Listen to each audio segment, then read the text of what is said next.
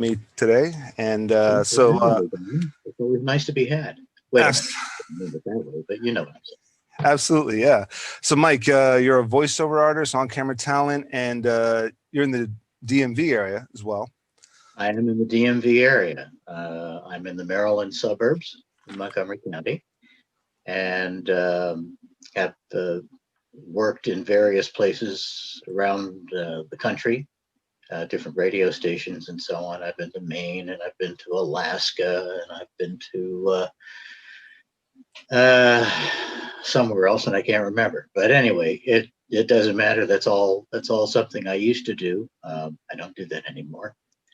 Uh, I fell into voiceovers after I was on the air at one of the local stations here in Washington, and started out with a client that hired me to do some voiceover for their TV commercials, and then one thing led to another, and I just was very fortunate to meet people who would hire me, uh, versus people in the radio business who would fire you. Right. I mean, what can I say? That's the radio business. Oh, yeah. But uh, I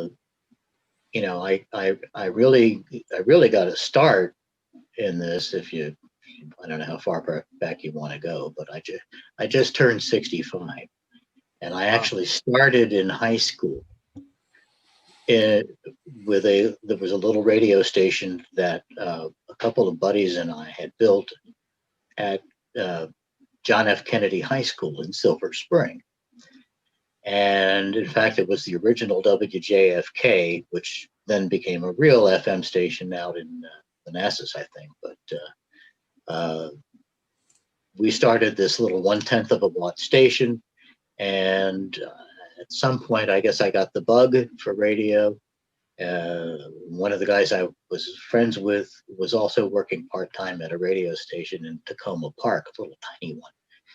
And he was doing a Sunday morning show, such as it was, uh, for this college-owned radio station. And it was a volunteer gig, and he had one opportunity come up where he said, I have to go to my aunt's 90th birthday party. Mm. Can you do my show? And, being 15 years old with braces on my teeth, of course, I said, sure. Mm-hmm. So that was my exposure to working in a real radio station briefly. And then when I graduated high school, did a year of college in communications, I went into the Air Force to become a broadcaster for the American Forces Radio and Television Network, which is pretty much any military base around the world that isn't in the United States picks this up, and it's meant to help troops keep up their morale and stay in touch with what's going on at home and so on. Yeah. So that was a great service. I did some radio, did some television, news, that sort of thing. And then I got my orders. Orders were to go to a place called Elmendorf Air Force Base, which I thought was in Germany. And I thought, oh, cool. Germany sounds good. And then they said, no, it's in Anchorage. And Oh, no.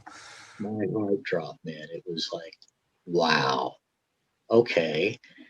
So, but when you're in the service, you got to go where they tell you to go. Yeah. So like one of those, I always see those war movies, those military movies where they're like, keep it up and I'll have you stationed somewhere in, send you out to the Kodiak Islands. Yes. Yeah. Uh-huh. Mm-hmm. Yeah. Yeah, it's pretty crazy.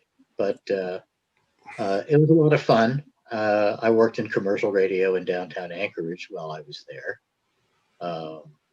And pretty much sunk my teeth into the broadcasting business until I got back home, left the Air Force and came back home, worked at a couple of radio stations here in the DC area.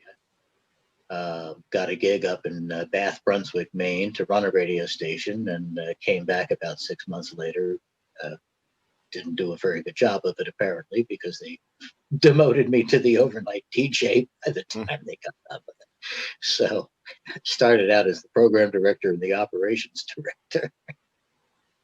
And by the time I left, I was doing the night shift. Finally got the message. But anyway, that's how you live and learn, right? Yeah. At 22 or 24 years old, whatever I was at the time. So that's kind of, how I got started in this business.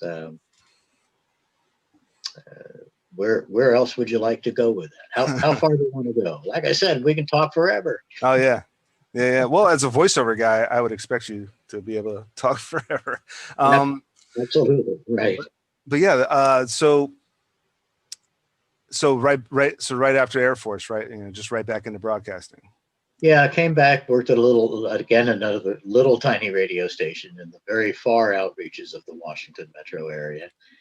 And I was doing a morning show there, working out of a trailer, which had an FM station that I was at, and then an AM station also at the same place, broadcasting different programming.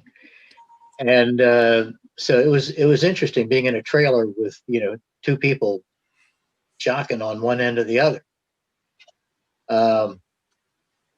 But it is what it is. I learned my lessons. I got out of there and came to work, in the DC metro area proper. Somewhere around 1985, the radio station that I was at the time was WPGC. And WPGC was an adult contemporary station before it went urban.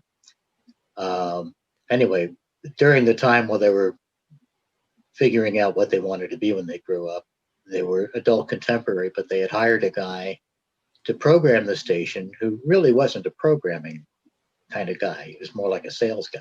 Mm-hmm. If you can imagine working for a sales guy in the creative arts, it gets a little interesting. Yeah, I bet. So anyway, a few months into his gig, he walked me out the door and said, "Listen, I think you need to be out on your own. You've got an entrepreneurial spirit, and I need somebody different in this role." And I said, "Well, thank you very much." And that was about the end of my broadcast career. I went full time into voiceovers, and then began teaching a weekend workshop and coaching people and producing demo reels and so on. And was doing that for, all told, I guess, 35 or 40 years. And about 11 years ago, I decided it was time for me to do something when I grew up, and decided that I wanted to learn more about the business side of things. And, along the way, I was fortunate I'd been able to go to college here and there, and finally accumulated a bachelor's and then another bachelor's and then an MBA. None of which I think gave me any value other than they look good on the wall. Mm-hmm. But the real learning is done on the streets and out in the world, in a classroom. So that's kind of where I got started doing voiceovers. Was I had a client who was using me on a regular basis, paid many of my mortgages, and it lasted for some time. But around 1985, I started thinking, I want to do something else in the commercial sector, the business sector. So I dabbled in real estate, and I dabbled in mortgages, and I dabbled in life insurance and this, that, and the other thing, just to get a sense of, the various businesses that go into making a business successful. And along the way, I ran into somebody, said, "Hey, I know a guy who's trying to build a huge complex up outside of Atlantic City, New Jersey, a sports complex for kids." And he said, "You're dabbling in this stuff now. Do you think you could find this guy money to build his project?" And I said, well, how much is he looking for? He said, well, $350 million. Of course, after I pulled myself up off the floor, I said, well, let me see what I can do. And went to work trying to find funding. And this was just before the crash in 2008. So, and I was still doing voiceovers, just, not on as much as I had been, because my real focus had changed into this particular side of business. Made it through the financial crisis, and since then have been working on building up relationships around the globe with pretty high level finance people, where I'm bringing opportunities to them to fund. So that is kind of like the other side of my brain that I've been using. First the creative side, and then I'm not sure which is right. Let's see, I'm left-handed, so which would it be? The right brain, Right. creative, or whatever. But that's where I'm at right now. Occasionally do some voiceovers, do some on camera. I've got my little studio here with a green screen, and when I have a client come in, I just recently did a series of training videos on camera for a training corporation, training production company. So, my hands are still in it, but my passion has shifted into business and helping people get funding for projects that are going to do a lot of good, like environmental and infrastructure, humanitarian projects. I've really got a heart for trying to work in that field to help those projects get going. And what better way than to be working where the money is generated for these things. Right. So that's where I've kind of evolved into for now, for this chapter of my life. Yeah. So, well, how considering the quarantine now, how's that impacted you? And I mean, my first guess is, as a voiceover actor, you're able to do a lot of things remotely. Right. Yeah. So, but generally, how has the current state of affairs impacted? You've been impacted by that? Well, certainly, working from my home studio in my office for the last 30 some years, there wasn't much of an impact on me other than I couldn't, go out much like we were able to before the crisis, before the virus. So I can't say that I've had a major change. What I have noticed is the collective energy of people who are working from home for the first time, and or maybe now even have been working for several months now. I can only imagine, remembering back what I went through when I first started working for myself and out of my home. It was scary. It's a very scary time for people, especially if they're only used to having a job, or they're, not used to being around the house as much as we are these days. Yeah. So, I have, my wonderful bride is here working from home. She used to go downtown 3 or 4 times a week to her clients, and it's nice having her here. It actually almost feels like we're kind of semi-retired to some extent. It's nice not to have to put on a suit and tie and all this other garbage that we have to put on. So from that standpoint, I actually, Glenn, I see a lot of really positive things coming out as a result of this, things that maybe people can't see right now.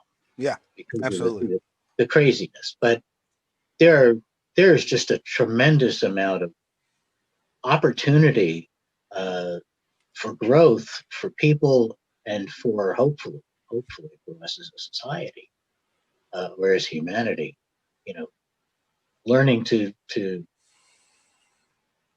protect each other, or to I'm not sure what I'm trying to say, but to ward themselves, away from those who might infect them. Right. If that makes any sense. So, that's a major sea change, gone or not gone, because obviously there are a lot of people out there who don't believe any of this, and they're running around, they're not taking any precautions whatsoever, and surprise, surprise, they're coming down with the virus. And they insist all the way up into, well, it's like Herman Cain, I think. Just a few days before he died from COVID, he was saying, I think there's more to it. It's not that big a deal. And I forget exactly what his words were. I'm just paraphrasing it, but I thought, oh, that's an interesting perspective. Yeah. Be careful what you wish for. Right? Absolutely. Yeah. No, I mean, I couldn't agree with you more. And we're seeing a lot of new, trends, and we're seeing a lot of, I talk about it all the time on this show, like different production hacks and different, we as a society are always, adapt, improvise, and overcome type of mentality, most of us anyway. And we find new and better, simpler, alternatives for, still putting out the same message, but in a different way, Right. and it's, and I couldn't agree more. I think that people I think more than less, people have just put it into high gear, even if it's just from home, instead of, driving to work or driving to set. People are putting 150% in now into doing the alternative routes for, productions, for music, for performing arts, or in, whatever it is that they're doing. Sure. Yeah. And and doing it on a Zoom call with an orchestra doesn't exactly work very well. Yeah, that doesn't exactly maybe work it does. I still haven't figured out how they're able to sync everybody. Yeah, right. well, keeping yourself busy. What's some stuff maybe that you've been binge watching, or binge reading, or binge studying? Well, my daughter and her husband, who live with us, have gotten into watching several series that are, I think, a little bit on the dark side. One of the ones that they've really taken to is Supernatural. And okay. Supernatural, and then there's another one called Cursed, and then another one, In the Dark, which is about a blind girl who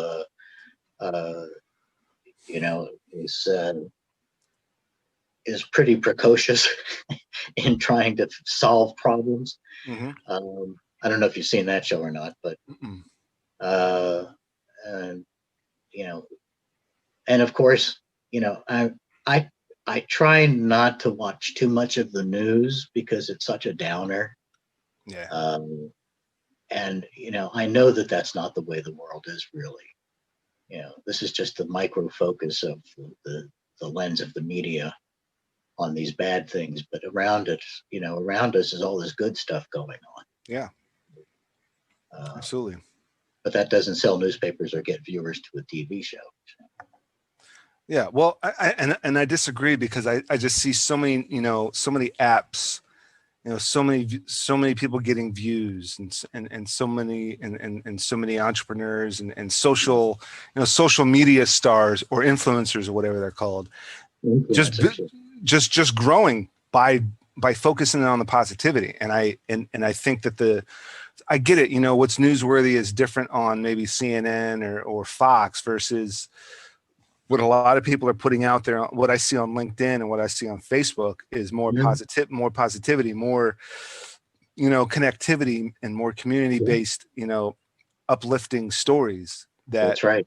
That you're right. The news should be focusing a lot more on that as well. Well, the beauty of the internet, which I still say is going to be really big one of these days. Maybe something to invest in, right? Maybe something to invest in, right? I don't know. Will people actually walk around with phones? Yes, of course. It's how to describe it. It's a question of do you how do you choose to look at something? How do you choose to hold something in your mind when you're surrounded by all this negativity?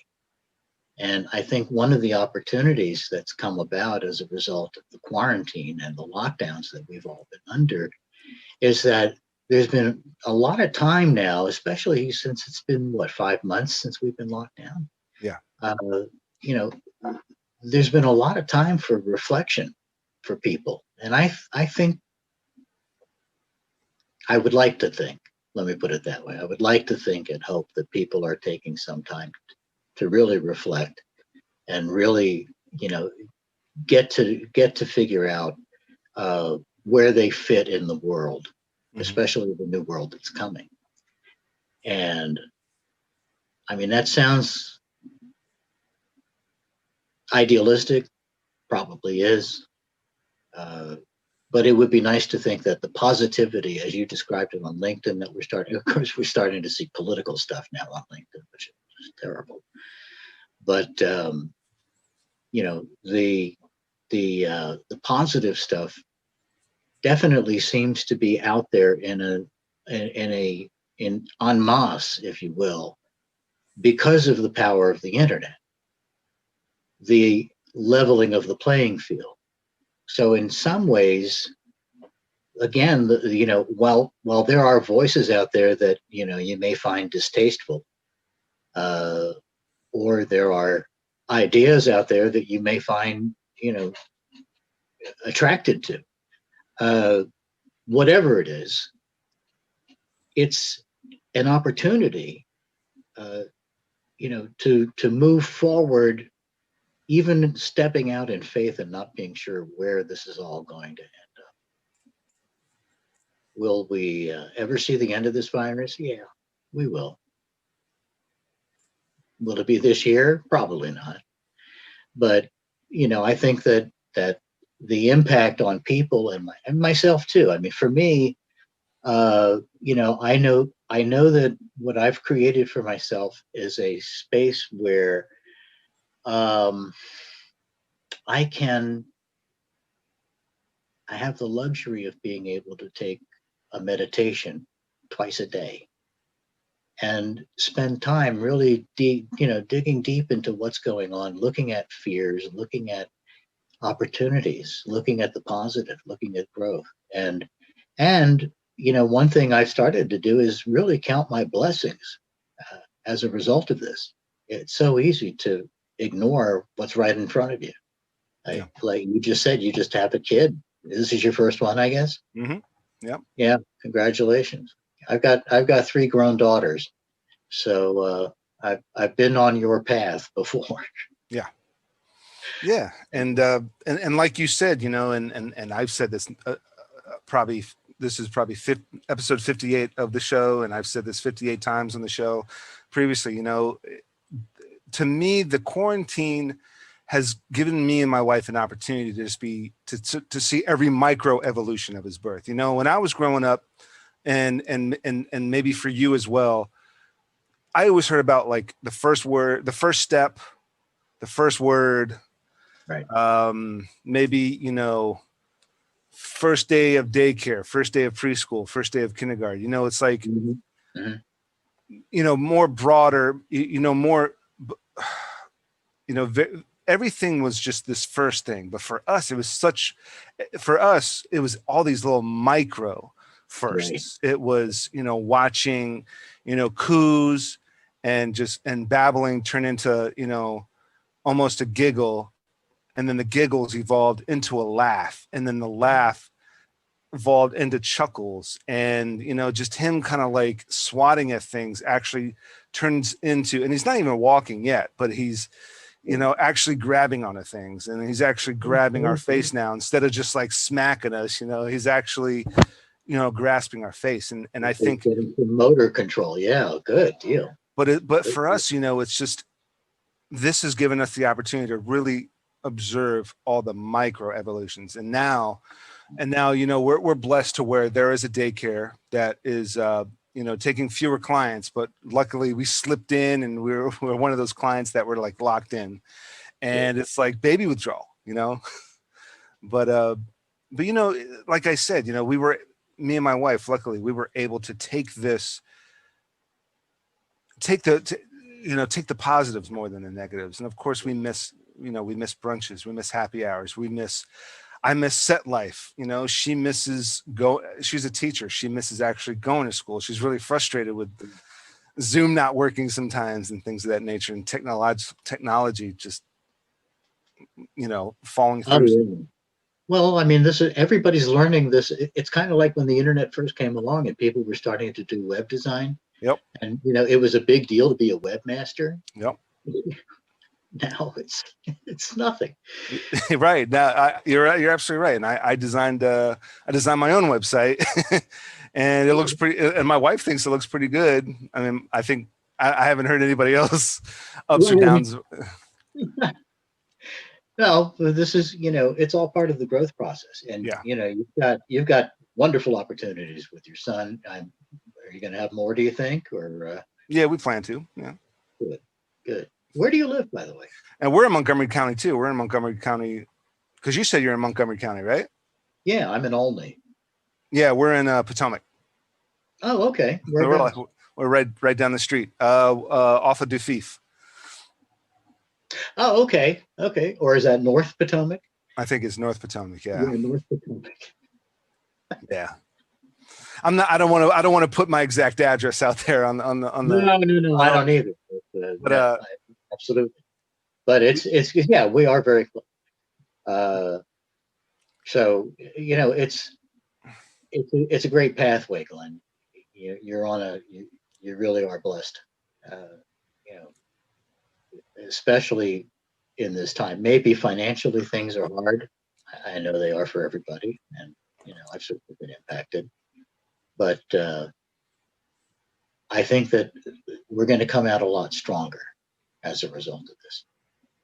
Yeah, and you said blessed, and I had a previous guest on here. He had a shirt with a hashtag blessed, and it's hard to lock it down. And I've had this conversation a number of times where it's was I lucky? Was I blessed? Was I blessed before to where I was able to jump into certain technologies, and I jumped into live streaming 6 years ago, 5 years ago, and that's and I'm able to telework. I've been healthily and well employed during the quarantine, doing live streaming, doing virtual conferences, doing virtual DJ sessions, virtual comedy shows, things of that nature with a number of colleagues, a bunch of corporate and industrial stuff, virtual, using Zoom or Google Meet, mostly Zoom. But it's all live streaming now, remotely. But even before then, with the acting and with all the crew gigs and all the acting gigs, and I stepped out full-time freelance, I want to say 12 years ago, maybe. Decided to pull the trigger on that, and never went truly broke. I mean, there were some hard times and there were some rough times. It was rough starting out, but Amen, brother. Yeah. But it's I can't pinpoint it really, except for just simply saying, yes, I am blessed. And because I'm blessed that maybe I was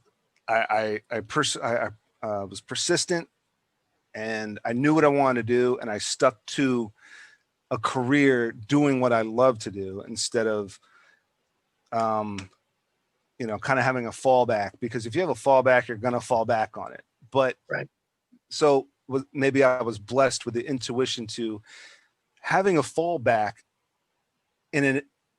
which still leads me in a path that of doing what I love, of TV, of film, of audio, video.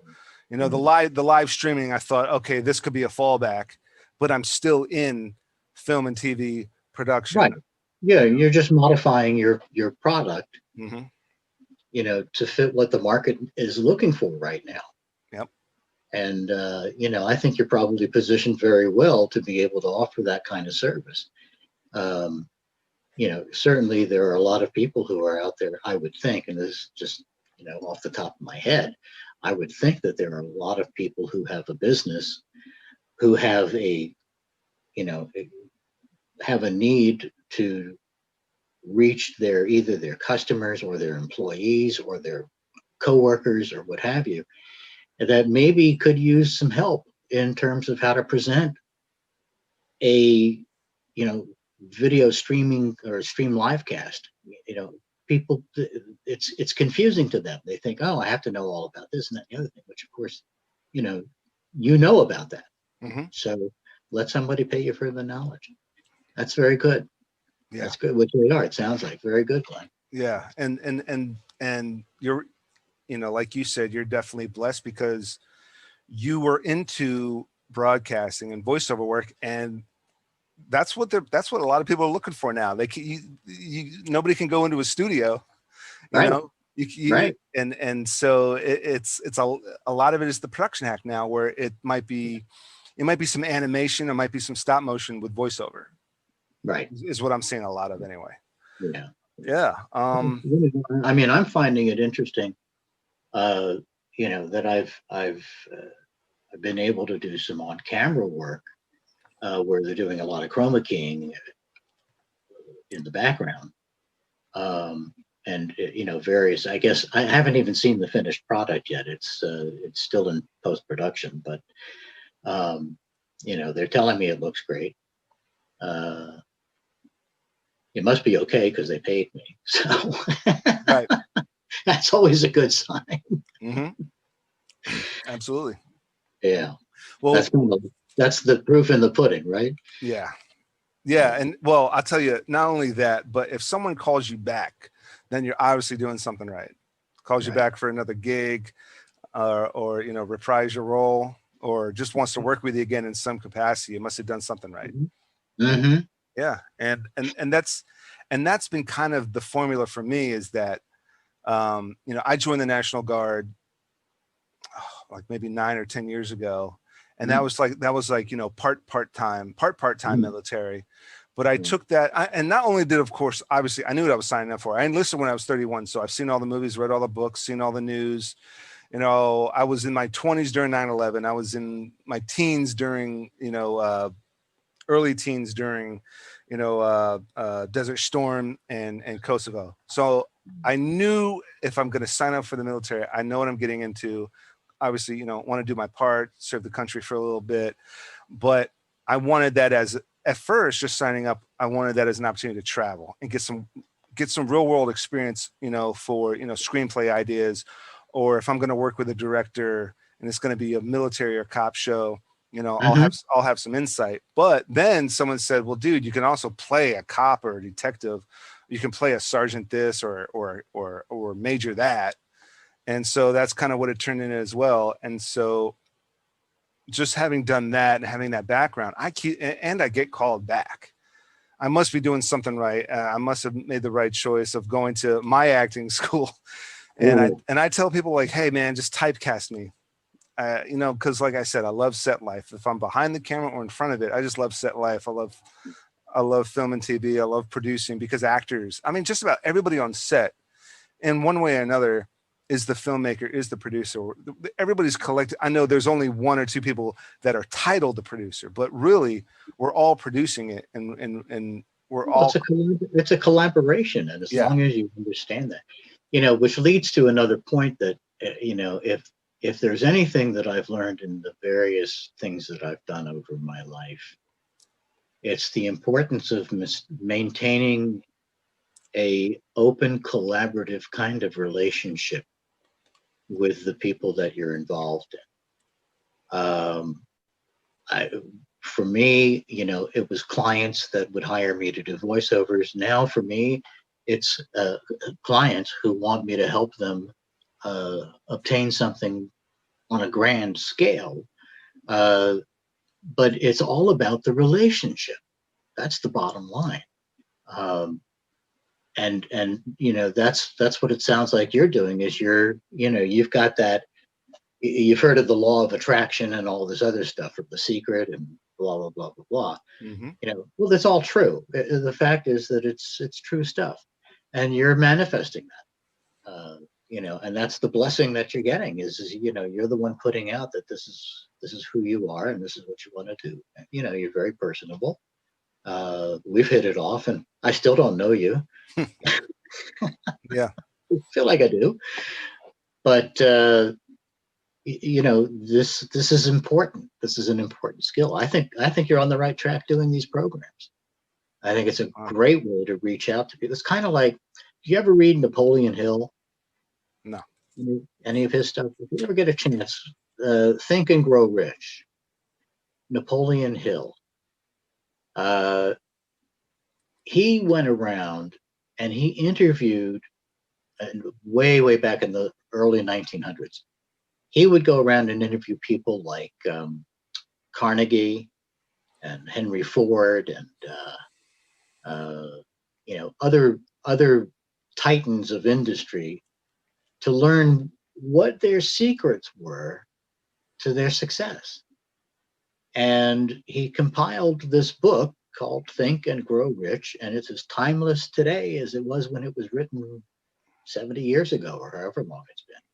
It's well worth it, because that's how you attract that stuff to yourself, is by the way you think, how you think about yourself. So, you've got a passion for what you're doing, and that's fantastic. You have to have a passion.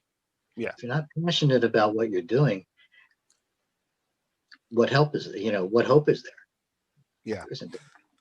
Yeah, and so many times I've said, me and a number of my colleagues, we bump heads on different philosophies and different ideas and where our paths lead. And the biggest thing for me is that if you love your work, you don't work a day in your life. That's a timeless, like you said, that's a timeless saying. I think, that saying is way older than me, but it still stands today, is because sure, I'll get a paycheck and I'm making enough, not only for us to survive, but for us to live comfortably. Me and the wife are both pulling it in plenty for us to not only survive, but live comfortably. But at the same time, the quality of life, that is another paycheck. That's another investment in yourself, to where you're leaving that legacy that you want to leave.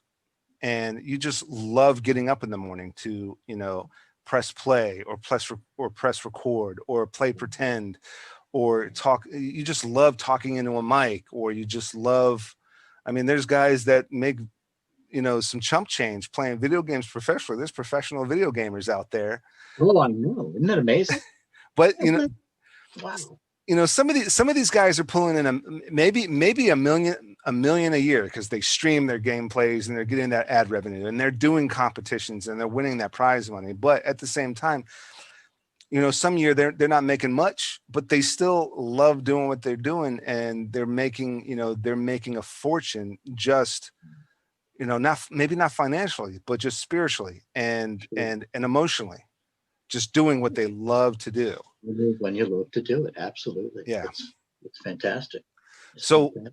Speaking of that, what's next on the agenda for you? What's your next set of goals? 6 months to a year? What's the next agenda? The next thing for me is, as I'm working in this this finance industry, what I'm hoping is to be able to accumulate enough wealth that I can then reinvest it into projects that also will be of benefit to society. Whether that's humanitarian projects, it may be infrastructure projects. It could be any one of a number of things. Probably real estate, environmental, those types of projects, things that are going to benefit the globe, as opposed to just one or 10 people's pockets. It needs to be something that will do good around the entire area that it serves, whether it's local or international or what have you. I'm not sure I answered the question, but no, it does. Yeah, well, you're serving something bigger than yourself. Exactly. Thank you. That's a good way to summarize it. That's right. Yeah. No, That's absolutely, right. absolutely. Yeah, I think when I hope to be able to get to a point where I can give back and obviously I'm giving back to, you know, the wife and the kid, and I'm raising a Mhm. family, and that Mhm. comes first and foremost always. But, you know, at some point it's got to, you know, I want everything that I do eventually at some point where I can give back, and I can build something that, you know, will benefit others above and beyond, you know, just entertaining and, you know, filling my bank account. You know, I want there to be, you know, I was always kind of cautious. You know, they say those who can't do teach, but at the same time, you know, maybe this podcast can kind of teach and promote. I mean, obviously I'm doing this podcast because I want to grow my viewership and grow my channel, but Sure. but first thing came to mind, what are other artists going through? What are other, you know, freelancers, gig workers, artists, filmmakers, you know, what are they going through? And, you know, share stories. And, you know, what I've seen, and I think I'm lucky with a couple of these episodes, my guests have been able to, you know, share the episode they're on, and it's helped promote them. And obviously it's going to help promote me. And so it's this kind of, Energy, we call it. Yes. what pressure cooker, that's what it is. It's this pressure cooker that Okay. that we can use, and instead of, you know, being used as an explosive device, it's used to just, you know, expand out Right. and sort of thing, and build everybody. And obviously I want to get more guests as well, and get more episodes, and continue to. Exactly, of course. And you know, you're learning an incredible amount. That's one of the things that I loved about doing narration when I was full time. I loved learning new stuff. Yeah. So every time I would read a script, I would, you know, and there were some scripts I read that I didn't want to know about the things that they were able to do. But you know, for the most part, I mean, I just learned a lot. Yeah. Uh, it's like getting a free education every time you're handed a script, because it's usually, hopefully, it's well written, it's been researched, there's data, you Yeah. know, and information that's more real. Uh, you know, that's an education for me. And you know, I think if anyone's going to come out of this as a creative, they need to be able to see, or they should they should see that they have within themselves the thing that they need to do to move in whatever direction it is that they're meant to move in, whether it's for money, whether it's for um, you know, the joy and the expressionism and the ability to, you know, apply creativity, whatever it may be. uh, you know, all of that comes from within. And you know, I just want to circle back to why, you know, my feeling about what has been going on with the virus is that it actually is, it's kind of like we've been put in cocoons and we're now growing.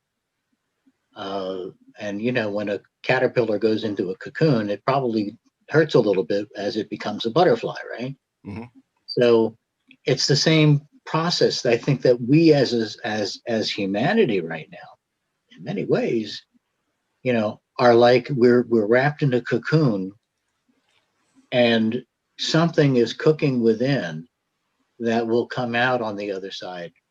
And I believe it will probably be quite beautiful. Yeah. And to go, absolutely, you know, all these different gigs, you know, you're learning something outside, you know, Right, right. of audio, video, film, TV. And, you know, for once I got into this live streaming, it was, you know, the first critique someone gave me when they were hiring me, they said, listen, this is boring stuff. This is not going to be, you know, fun, fancy, pretty Uh-huh. film and TV. It's corporate industrial stuff. It's boring. And I said, hey, listen, you know, I'm all about learning new things, learning new crafts. But for one example, I did this gig, and I think it was, you know, live streaming this convention for tax law or something. Mm. And every time, you know, you know, right now doing it from home, you know, I'm kind of bored, you know, I'm just, you know, technically directing and producing and switching and whatever. But then something with the SBA loan will pop up, and I'll like start taking notes, or the PPP loan will pop up. I'll start taking notes on that. But there was this one gig I was working. It was about tax law. This lady was up there. She was really intense. She was talking about something, and I wish I jotted down what she talked about, but it sparked this idea. I was working on a side project, on a passion project, where I had to take all these pictures, and I had to edit them, but eventually they were going to go into a film, and either be black and white, with a projector effect, or they were going to be sepia. And it dawned on me, I might as well take the raw sketches, the raw pictures that I'm getting, and make them black and white already, because then making them black and white, I'm only dealing with two colors, black or white. It's way easier for me to edit the photos, because I'm going to dump them into Final Cut anyway, and they're going to stay black and white, or they're going to stay sepia. But they were, they had all 2,000 colors of the color spectrum in there, and I had to dabble with all these different colors, and it was a nightmare. Well, if I make the picture black and white now, and I forget what the lady was saying about tax law. I think it was even, to make it even worse, it was medical healthcare tax law, or something as bizarre as that. Topic, right? but she said something, and I was like, holy shit, just make all these pictures black and white. It's way easier to edit them, because when I dump them into the program anyway, they're going to be black and white or sepia anyway. So, it's like, you save the master anyway, right? So right. You can always go back. You can always backpedal to the raw footage before right. you convert it. So exactly. So like you said, and then not only do you learn things about medical healthcare tax law, but the way that they're trying to simplify things in healthcare tax law sparked a totally different idea on how to simplify something in Photoshop, and then dumping Photoshop into Final Cut. And so, it's like these little sparks and stuff like that. But well, that's what it does. It fires off your cylinders, your creative cylinders, when you hear something. And it may be the most, outrageous healthcare tax law. Oh my God. Yep.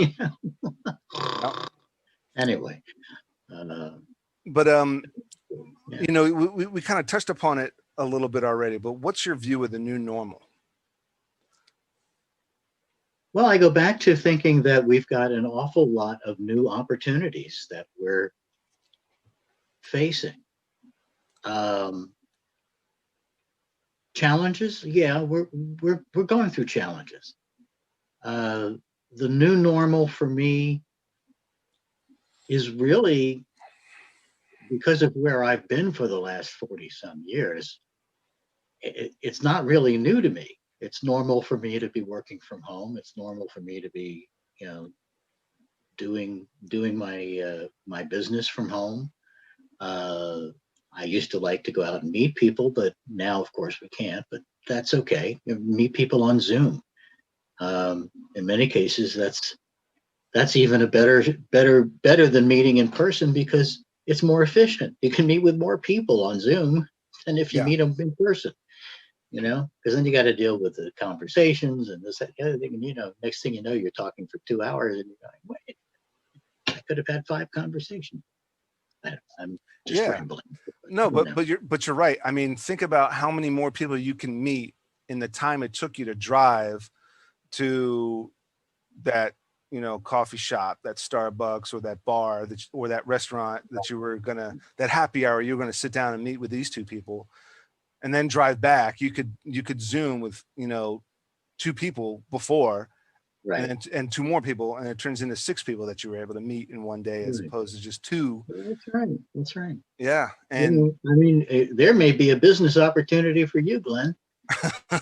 yeah, and like you said, and now there's but now there's less traffic, so it's not gonna take you as long to get to that place to meet those people. But those people ain't trying to come out anyway, so it's all about Zoom right now. And Zoom, maybe you should create something called Zoom dating.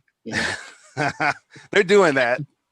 Oh, are they? Yeah, they're doing that. Yeah, yeah. I'm a little out of the game. So.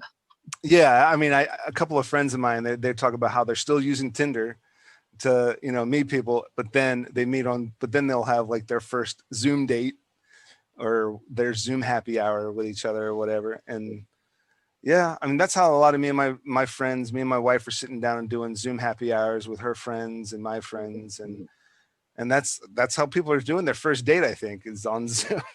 Yeah, I think it would be nice to have the human touch, the ability to shake somebody's hand or to, you know, have a hug. Uh, you know, all of the things that we're accustomed to as human beings that we've been stripped of temporarily. Uh, you know, these are things that, you know, we you know what it reminds me of? Somebody who when somebody has a disability like blindness, there's a tendency that their hearing becomes even more acute because that's really the only input that the only other input besides touch, taste, and feel. That's the only other input that they have. They don't have the visual input. So the acuity on the in the sound area, the hearing area, tends to go up. People are very good at hearing things who are blind, for the most part. Now, unless they're blind and you know, deaf, but and I forget what the hell the point was for Well, that. well, I think, I What think, yeah, happens when you're 65 years old? You start, your mind becomes like a Swiss cheese. You just kind of drop into a hole. yeah. Well, no, I think because we can't leave the house, so our instinct is to like jump on something, jump on that other sensory, you know, start using the computer and start, you know, Zooming and Skyping and FaceTiming, and then that becomes second nature. Um, you know, I had to drop the kid off at daycare today, and it's like, wow, I haven't driven in a while, Mm. but the sensories are going off. I'm taking my kid, me and the kid are outside the house, and so I'm spotting those speed limit signs, and I'm staying exactly on that speed limit. And you know, there's some people tailgating me, and I'm like, whatever. I got the baby on board thing in the back window. So, but it's like, you know, the sensories. You know, now that I haven't done that in a while, now I'm back at it, and now that I was blind, but now I can see, and I'm like, and everything is so sharp, and I'm paying attention to so many things that maybe I took for, you know, maybe I wasn't, you know, sometimes back when we were driving all the time, sometimes you notice your mind kind of goes on autopilot driving if you're listening to a song, and somehow you didn't get into a wreck, but now it's like, you know, laser pointer eyeballs on the Mm-hmm. road and all the signs and Your traffic. senses are heightened. Yeah, Yeah, absolutely. I yeah. mean, I'll give you an example. I've been going, my hearing has been diminishing for years, ever since playing loud rock and roll top 40 music in my headphones while I was on the radio. And that, you know, that pretty much started me down a path. So I just recently got hearing aids, and they're really good hearing aids. Uh, I'm hearing stuff around me that I was totally unconscious of, Mm-hmm. wasn't hearing it. So it's like my hearing has become more heightened as a result of amplification, but the effect is that I'm hearing things that I couldn't hear before. Yeah. You know, and in some cases, some of the sounds are a little annoying, but for the most part, it's like, wow, there's a whole world of sound out here if you can hear. Yep. So that's, you know, along the lines of what happens, you know, if you're blind, you know, does your hearing increase? Or if you're, you know, deaf, does your vision increase? You know, what, or maybe nothing has to do with anything. It may just be that's our perception, you know, that we seem to hear better when we have our eyes closed, which Mm-hmm. actually is an interesting point. I had a coach that I worked with in Los Angeles back in the early 90s, and she said uh, the the voice is the gateway to the mind, and she would always close her eyes while I was narrating something, and she was in the booth being recording. And I always said, wonder why is that? Well, it's because when you close your eyes, it enhances your hearing, and you can hear more clearly what's going on. And particularly if you're hypersensitive to it, you can hear what the voiceover person is feeling at the time that they're saying the words. That's really cool. Yeah, absolutely. Yeah. That makes sense. And I find that I've done that editing. And if I am splicing music or I'm splicing sound effects or what have you, or trying to sync dialogue and like, I find that I close my eyes to listen to see. You know exactly what I'm talking about. Yeah. Yeah. And then of course, you know, I'll watch it and see how it all came together. But there's times, and there's a lot of times where I'll close my eyes and see if this all sounds right. Does it sound good with your eyes shut? You know, sort of, I guess. But yeah. I just got a call coming in. Sorry. It's okay. We're good. Oh, okay. No sweat. Well, is there a last bit of advice that you'd want to, put out there to the audience? Wow.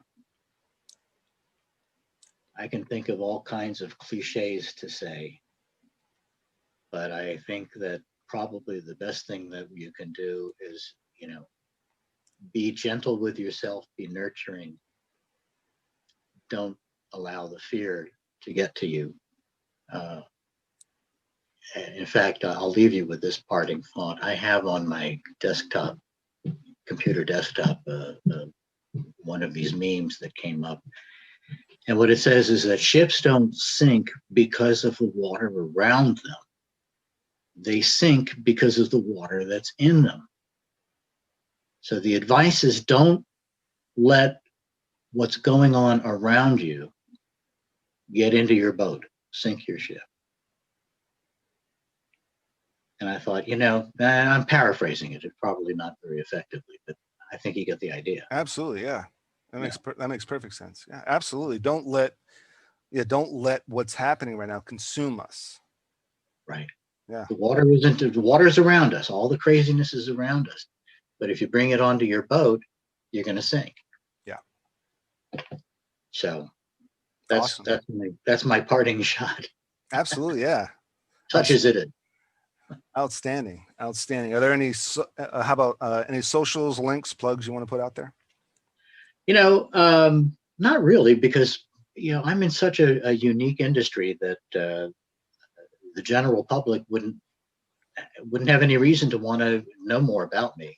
I don't think. I mean, I'm pretty focused on a very, very small audience. Of in these days of typically, extremely wealthy people who I'm working with.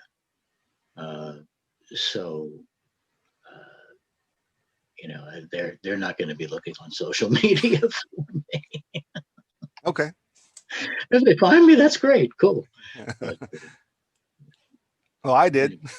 Yeah, right. Exactly. Well, LinkedIn works great. Yeah. Well, I doing the crazy stuff. Well, I do still have, was that nakedvoice.com? Yes. On there. That's still up there. I had a little ad agency that was part of the group that I was doing.